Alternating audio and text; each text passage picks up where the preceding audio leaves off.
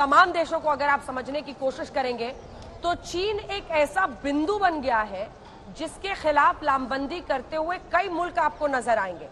और उसमें अगर आप देखें तो स्ट्रेटेजिकली, रणनीतिक रूप पर भारत को अमेरिका भी एक बड़े स्ट्रेटेजिक पार्टनर के तौर पर देख रहा है।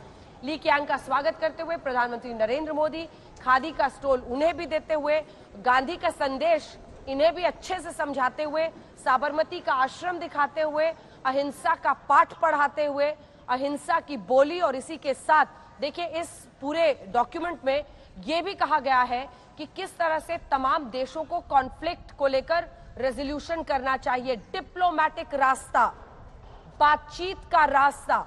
ये कुछ ऐसी लाइनें हैं जो अंडरलाइन करके चीन जैसे मुल्कों को भी समझानी है। और अब ऋषि सुनाक की एंट्री हो गई है। इससे पहले ऋषि सुनाक ब्रिटिश प्रधानमंत्री गए थे अक्षरधाम, जहां पर उन्होंने स्वामी नारायण मंदिर में अभिषेक किया। पूजा करने के बाद वो यहां,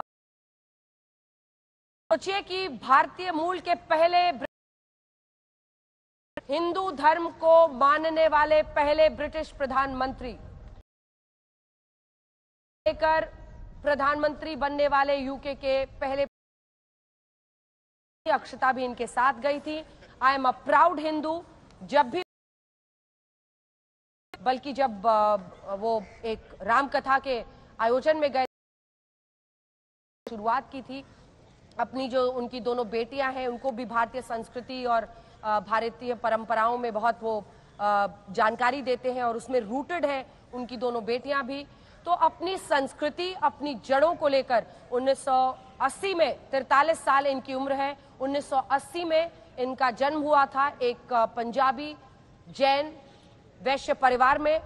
अफ्रीका में इनके माता पिता पहले रहते थे, लेकिन बाद में वो लंदन में गए। साउथहैम्पटन में इनका जन्म हुआ था, वहां पर ये पढ़े। उसके बाद स्टैनफोर्ड में गए और स्टैनफोर्ड में ही ये अक्षता से मिले थे, जहां पर फिर इनकी शादी हुई। अक्षता मूर्ति नारायण मूर्ति की बेटी हैं, इन्फोसिस के फाउंडर की, और उनकी पत्नी सुधा मूर्ति, जिनके खूब वीडियोस वायरल होते हैं। दोनों ने भारत को अलग अलग क्षेत्रों में योगदान किया है। पद्म भूषण अभी सुधा मूर्ति को मिला था।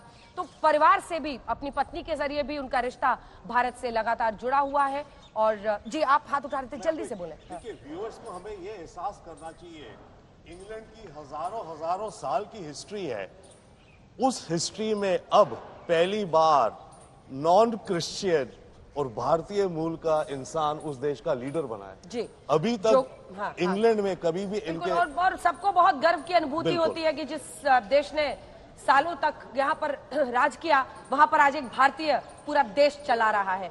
चलिए, अगले जो मेहमान है जोको विडोडो, प्रेसिडेंट इंडोनेशिया के, उनका स्वागत प्रधानमंत्री नरेंद्र मोदी ने किया है। इंडोनेशिया में ही हाल ही में जकार्ता में आसियान को होस्ट किया गया था और वहां के राष्ट्रपति भी अब यहां पर आए हुए हैं। प्रधानमंत्री नरेंद्र मोदी उनका स्वागत करते हुए, ये लौ राजघाट में जलती हुई बापू की समाधि पर सबको प्रेरित करती हुई। अब मुझे लगता है एक ही दो राष्ट्राध्यक्ष बचे हैं। चित्रा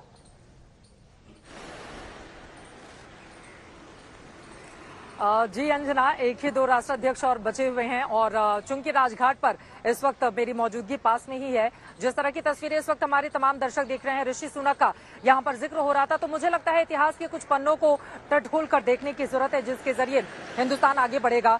देखिए, हिंदुस्तान की जो लड़ाई थी वो अंग्रेजों के खिलाफ थी। आज उसी अंग्रेजों के जो राष्ट्राध्यक्ष हैं, सबसे बड़े चेहरे, ऋषि सुनक एक भारतवंशी हैं।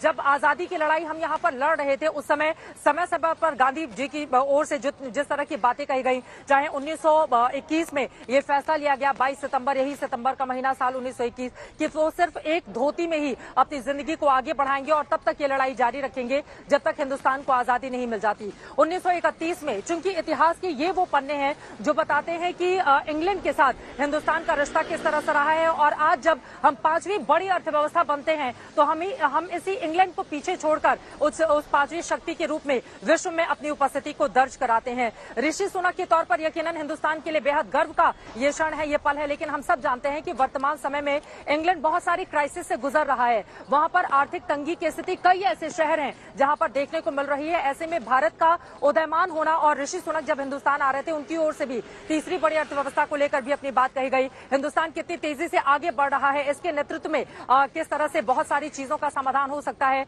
उसकी बातें ऋषि सुनक की ओर से की गई और यकीनन वही तस्वीरें जिसकी अनुभूति इस वक्त हर एक हिंदुस्तानी कर रहा है। लेकिन जिन अंग्रेजों के खिलाफ जिनके बारे में कहा जाता था इनका सूरज कभी अस्त नहीं होता है, उनके खिलाफ हिंदुस्तान ने लड़ाई लड़ी और उनके खिलाफ जिस शख्स ने लड़ाई लड़ी सबसे आगे बढ़कर वो महात्मा गांधी ही थे। और आज अपने दर्शकों के यहाँ पर बता दूं मैं कि हाल ही में हम सब ने देखा था कि पार्लियामेंट स्ट्रीट के पास लंदन में जो बड़ी बड़ी मूर्तियां अलग अलग देशों के राष्ट्राध्यक्षों की लगी गई हैं, वहां पर महात्मा गांधी की जो मूर्ति है वहां पर सबसे ज्यादा भीड़ लगी होती है सेल्फी क्लिक करवाने के लिए, फोटो क्लिक करवाने के लिए। दूर दूर से लोग वहां पर आते हैं तो वो महात्मा गांधी की उस मूर्ति के करीब जाकर उनको देखते हैं, उनके जो मैसेज हैं वो पढ़ते हैं, उनके बारे में जानते हैं, वहां पर फोटो क्लिक कराते हैं।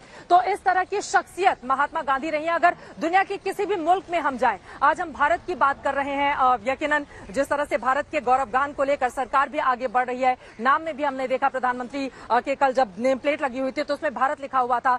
जिस भारत की बात इस वक्त हिंदुस्तान दुनिया भर के मुल्कों के सामने करना चाहता है, उस भारत की जो झलक है वो पहले ही गांधी की ओर से रखी गई थी। महात्मा गांधी के बारे में अगर दुनिया के अलग मुल्कों में आप जाइए तो वहां पर जब आप बोलेंगे कि हम गांधी के देश से आए हैं तो आपको बताने की जरूरत नहीं होगी कि आप कौन हैं। गांधी जी के बारे में लोग सुनना चाहते हैं, पढ़ना चाहते हैं। सबसे ज्यादा किताबें गांधीवाद को लेकर उनकी बिक्री होती है दुनिया भर के तमाम अलग अलग देशों। मुझे लग रहा है कि यहाँ पर जो लोग इस वक्त खास मेहमान दिखाई दे रहे हैं, जिनको शॉल उड़ाकर प्रधानमंत्री की ओर से खादी पहनाकर सम्मानित किया जा रहा है, उनको गांधी से जुड़ी हुई किताबें भी जरूर भेंट की जाएंगी, क्योंकि गांधीवाद ही है जिसके जरिए मौजूदा समय के तमाम संकट से हम निजात पा सकते हैं।